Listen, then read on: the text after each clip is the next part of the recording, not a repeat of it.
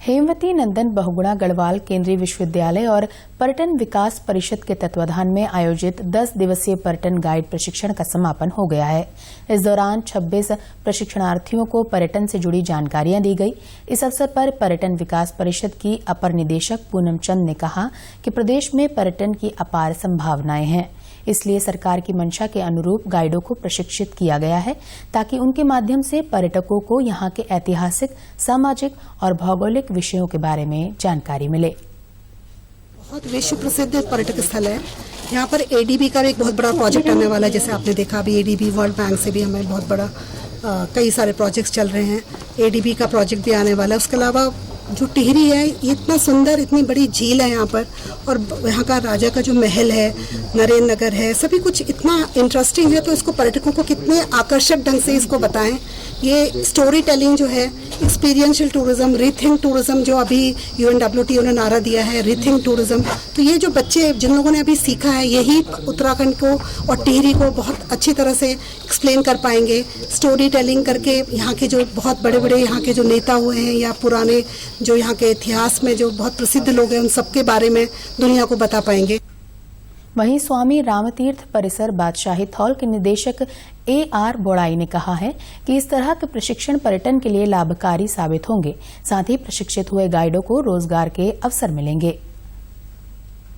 मैं समझता हूँ कि ये टिहरी के टूरिज्म के लिए एक बहुत अच्छा पोटेंशियल साबित होगा, और ये जो हमारे 26 टूरिस्ट गाइड जो तैयार हुए 10 दिवसीय कोर्स में, वो निश्चित रूप से टूरिज्म के लिए टिहरी डिस्ट्रिक्ट के लिए एक बहुत अच्छा पोटेंशियल साबित होंगे, और उनके लिए रोजगार के साधन भी खुल रहे हैं।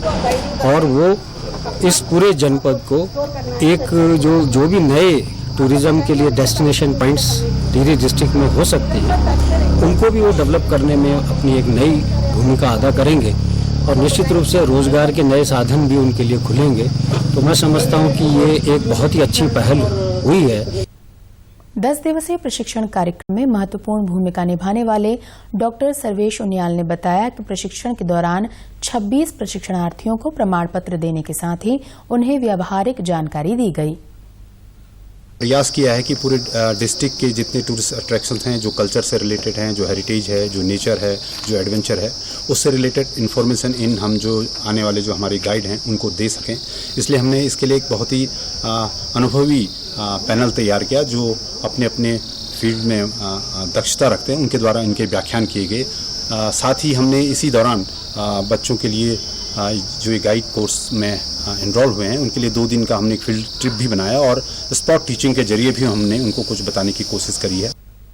इस कार्यक्रम के समापन पर प्रशिक्षणार्थियों ने कहा कि वो यहाँ मिली जानकारी का लाभ उठाकर जिले के पर्यटक और धार्मिक स्थलों का प्रचार प्रसार करेंगे, जिससे यहाँ पर नए नए पर्यटक स्थल विकसित हो सकें।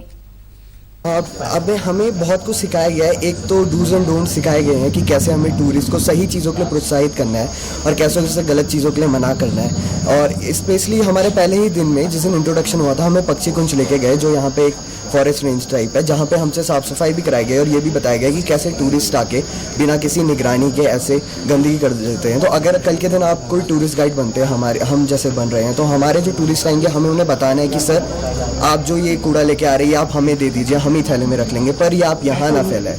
जब हम उनके सामने उनकी बातों को उनके तरीके से समझेंगे, उनके मन के भावों को, तो तभी